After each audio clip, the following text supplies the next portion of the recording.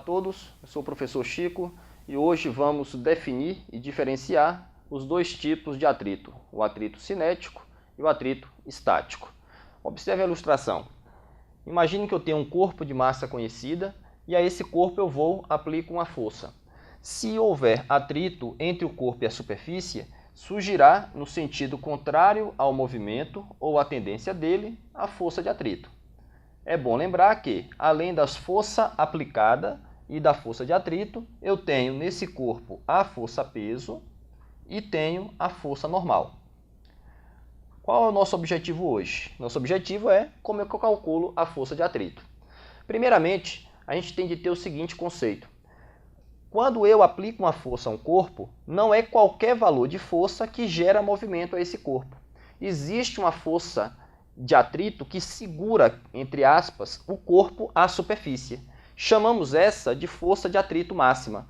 A força de atrito máxima seria a máxima força que está, entre aspas, prendendo o corpo à superfície. Essa força de atrito máxima é dada da seguinte forma. A força de atrito máxima depende do coeficiente de atrito estático vezes a força normal. Essa é a força de atrito máxima, ou seja, enquanto a força que eu aplico, se essa força que eu aplicar for menor que a máxima, o corpo continua parado. Se a força que eu aplicar for maior que a força de atrito máxima, o corpo entra em movimento. Então, para determinar a força de atrito, o primeiro passo é identificar a força de atrito máxima. Para ficar mais claro, vamos separar os dois casos então. Os dois casos são, se a força que eu aplico for maior que a força de atrito máxima, esse corpo entrará em movimento. Então, se a força aplicada for maior que a força de atrito máxima, o corpo entra em movimento. Por outro lado, se a força que eu aplicar ao corpo for menor que a força de atrito máxima, essa força não foi suficiente para gerar o movimento ao corpo. Então, nesse caso, o corpo ele fica em repouso. Assim sendo, se o corpo entra em movimento, essa força de atrito é chamada de atrito cinético, cujo valor é dado da seguinte forma. A força de atrito cinético é dado pelo coeficiente de atrito cinético vezes a normal.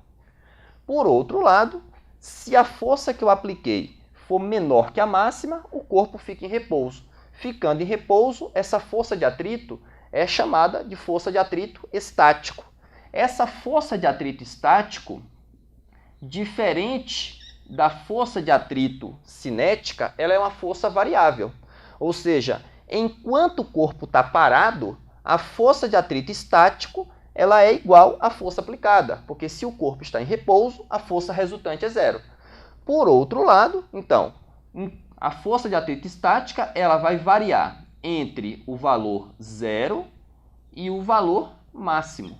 A força de atrito estática, enquanto o corpo está em repouso, a força de atrito estática pode assumir esses valores. Ou seja, se o corpo está parado, a força de atrito é igual à força aplicada. Se ele está parado, a força resultante é zero. Então, diferenciar os dois tipos de atrito e saber a definição desses dois tipos de atrito é essencial aí para descrever a dinâmica do corpo.